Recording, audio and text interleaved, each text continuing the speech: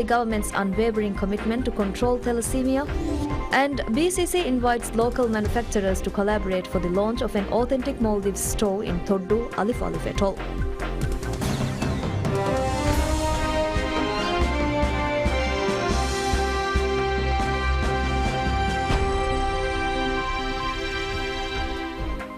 Bismillahirrahmanirrahim. Assalamu alaikum. Hello and welcome to PSM News in English with me, Mariam Shawshat. Minister of Foreign Affairs Musa Zamir arrives on his inaugural official trip to India, marking a significant milestone in bilateral relations. Scheduled from May 8th to 10th, this historic visit signifies Minister Zamir's first journey to India since assuming office.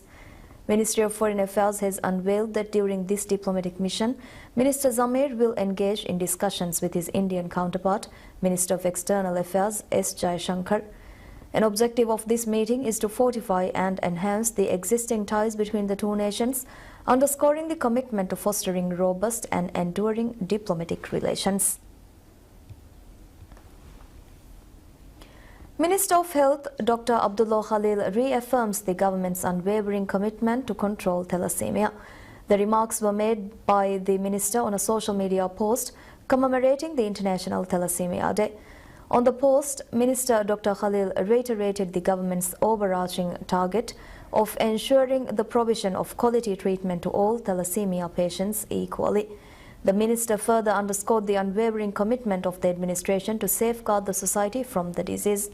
As such, decisions have been made to establish a thalassemia hospital in Hulmale Phase 2 with an area of 71,000 acres. Thalassemia is an inherited genetic blood disorder caused when the body doesn't make enough hemoglobin. A total of 914 individuals in the country has been registered as thalassemia patients, according to the annual report of Maldives Blood Servicing for the year 2023. The majority of the patients are children diagnosed with beta thalassemia major. As such, the total number of children registered and diagnosed with this type of thalassemia is 762. Alleviating the suffering of thalassemia patients and their family is a prioritized task of President Dr. PSMNEWS. Aiming to achieve this goal, the government has initiated a nationwide campaign of screening school students for thalassemia in February 2024. This campaign serves as an awareness campaign aiming to reduce the birth rate of children with thalassemia. Minister of Cities, Local Government and Public Works Adam Sharif Umar visits 4 islands aimed at closely evaluating the status of local councils.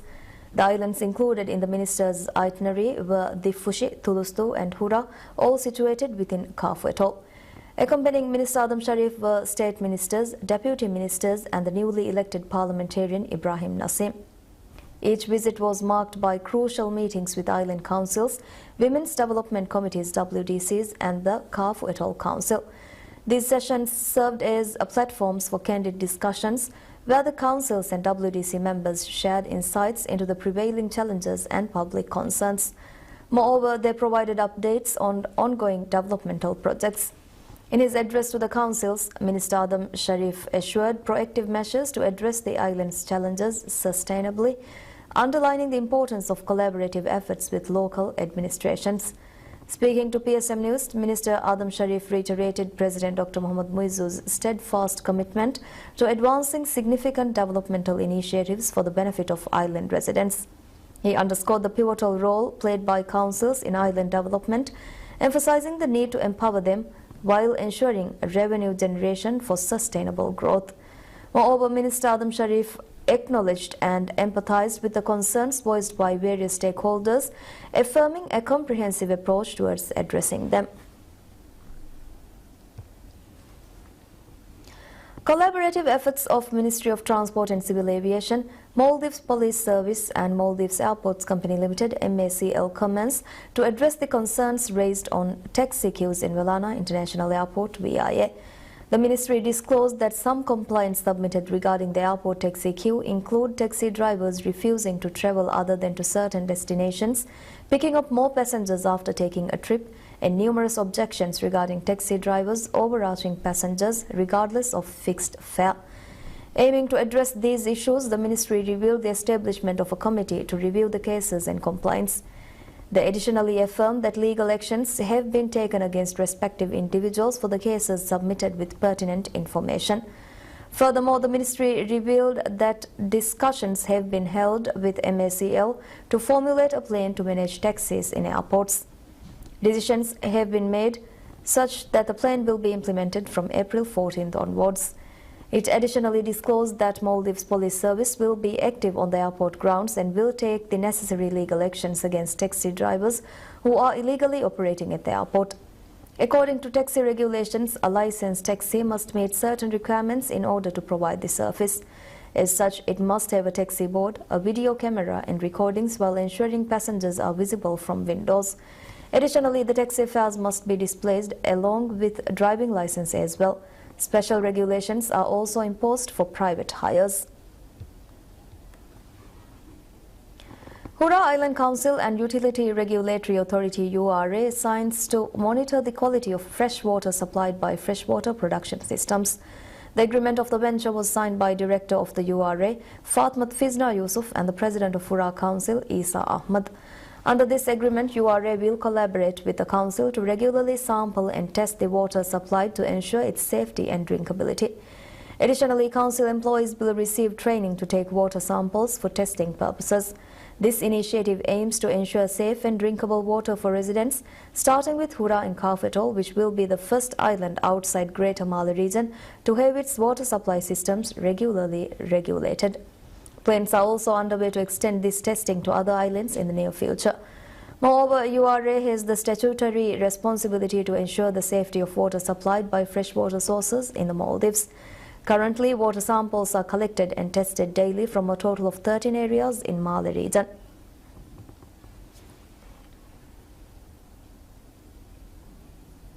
Bank of Maldives BML introduces new loan products aimed at housing. The loan introduced by BML encompasses home build loans and home equity loans in response to the increasing demand for loans for house development and renovation. Regarding the introduction of these loans, the Director of Retail, Business and SME Banking of BML, Musa Nimal, stated that this initiative was undertaken to facilitate easy access to finance for the customers. The home build loans formulated by BML grants customers to borrow up to $6,480 without mortgage. Noting that this sum is adequate for the construction of residences in any region of the country, BML stipulated that the loan repayments must be completed within a time frame of 15 years. BML introduced the home equity loans, targeting customers who previously applied for the home loan and financing. The new loan allows customers can be issued loans up to the amount paid for the loan. Decisions have been made that this loan will be issued to customers borrowing over $3,243 and the repayment of the loan should be completed within a period of 20 years. BML revealed that BML Islamic customers can also request for home build loans and home equity loans. Maldives Monetary Authority MMA reveals that the quarterly report of all the major economic industries reported expansion in activity. The statement was released by MMA following the quarterly business survey held every 3 months. The report sheds light on the current stance of the respective industries while outlining the anticipated changes it may face. According to the quarterly business survey, the employment levels rose for businesses in all the sectors except for the wholesale and retail trade sector. The report further indicated the slow pace for the expansion of the tourism sector compared to previous years. As such, the revenue index of tourism dropped significantly from 80 to 63. Resort booking have additionally reduced from 63 to 26. While the tourism peak season of the Maldives has come to an end, companies within the industry anticipate lower tourist arrivals in the ongoing quarter. Additionally, transportation and communication services companies have also reported expected slowdown of businesses within this quarter. However, enterprises operating in the construction industry and the wholesale and retail trade sector maintain a positive outlook towards future business prospects and expansion. The quarterly business survey, conducted 4 times annually since 2013, aims to determine the ongoing activities and anticipated changes for the industries. MMA expresses confidence that this initiative will assist in making decisions and policies as well. Business Centre Corporation BCC invites local manufacturers to collaborate for the launch of an authentic Maldives store in Toddu, Alif Atoll. BCC said it marks a significant stride in authentic Maldives' commitment to empower local manufacturers and foster entrepreneurial growth. Since its inception in 2020, Authentic Maldives has successfully established its presence across 4 key regions in the Maldives: Male, Crossroads Maldives, Velana International Airport and Gang International Airport. What began with 54 suppliers has now flourished into a network encompassing over 300 diverse suppliers. The prospect of supplying to Toddu store promises a gateway to expanded opportunities for businesses across the region. The upcoming establishment not only opens doors to new market avenues for manufacturers, but also plays a pivotal role in bolstering the regional economy. Moreover, the Authentic Maldives store in Toddu will serve as a platform to showcase the rich cultural heritage of the area, promising to attract foreign exchange through immersive experiences centered around the region's history and traditions.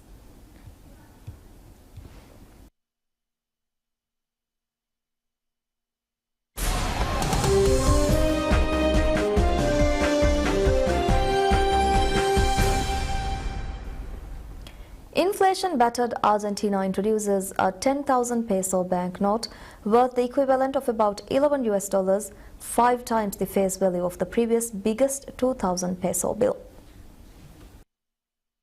The new note, which will allow people to carry around fewer bills, will be available at banks and ATMs, the South American country's central bank said in a statement. Argentina is in the grips of an economic crisis that has seen annual inflation nearing 290% as poverty affects about half the population. With no end in sight, the central bank said a 20,000 peso note will be issued later this year.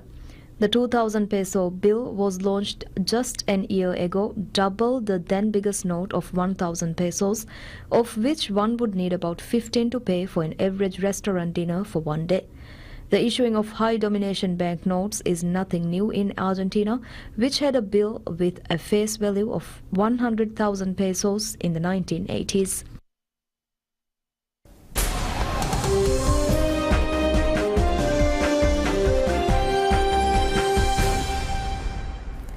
A number of African countries are facing prolonged dry spells and droughts, while others are reporting deaths and displacements due to flooding. And the United Nations Office on Disaster Risk Reduction, UNDRR, urges the media to strike and maintain active conversations on the impact of climate change.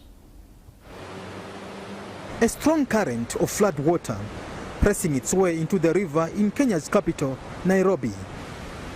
This is just a fraction of the floods in the country that has claimed over 200 lives and leaving dozens dispersed.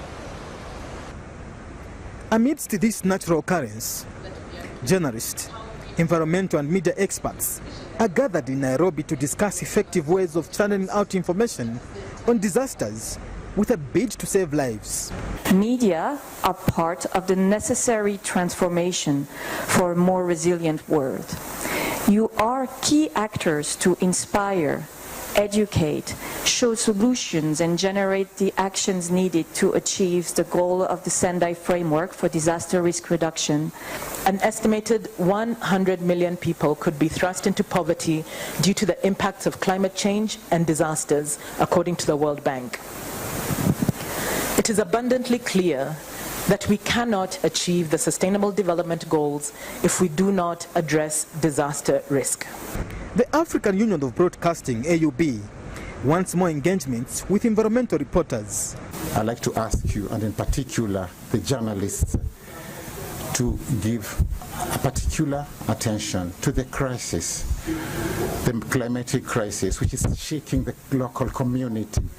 Media Saving Lives Initiative Global Project Manager shares the aims of the project. The other thing that we really wanted to do, and we can see it now starting to happen, is to change the media attitude, especially in news. The summit is a result of a 3-phase media training and co-production initiative.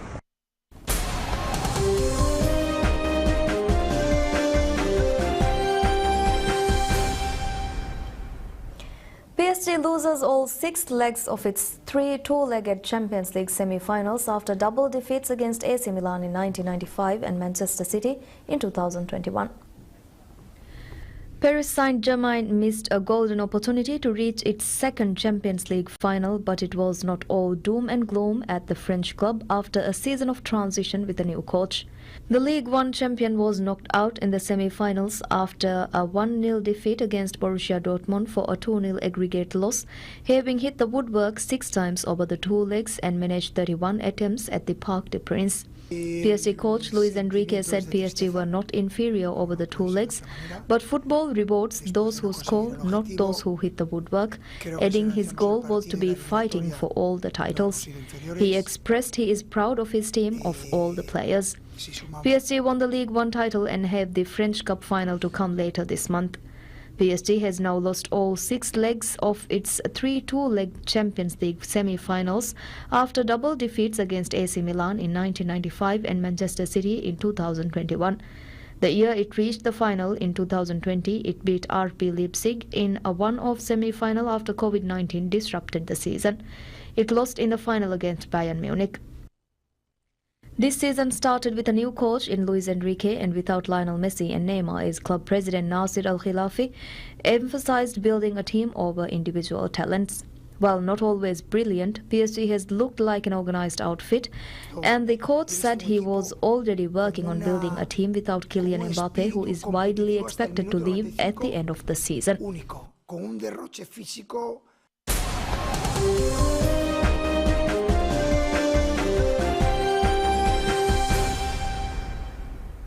A copy of the Beatles album Beatles 65, the Japanese title for Beatles for sale, fetches about $7,800 at an auction in Japan. Collectors say the record auctioned at a record store in Nagoya City is extremely rare as the strip is printed in brown. Albums by Western artists were often sold in Japan with a strip of paper wrapped around the cover, giving the translation of the title and other information in Japanese. Honda Yasuhiro, a Beatles expert who also appraises items related to the British band, stressed the rarity of the record ahead of the auction. Honda said it was only his 4th time in 35 years to actually see a Beatles 65 album with a brown strip. Some Japanese collectors gauge the value of a Beatles vinyl album based on which color its strip has. Beatles 65 went on sale in 1965 in the country. The auction's reserve was set at around $5,200. The winning bid was placed online and is the equivalent to roughly $7,800. A man who took part in the auction said it was worth participating because he had only ever seen copies of the record in books. Another man says the record would be a bargain even at a price of 1 million yen or nearly $6,500, though he could not afford to pay that much himself. And that's all we have for you right now. Thank you for watching. Stay tuned for more news updates. Have a good day. Goodbye.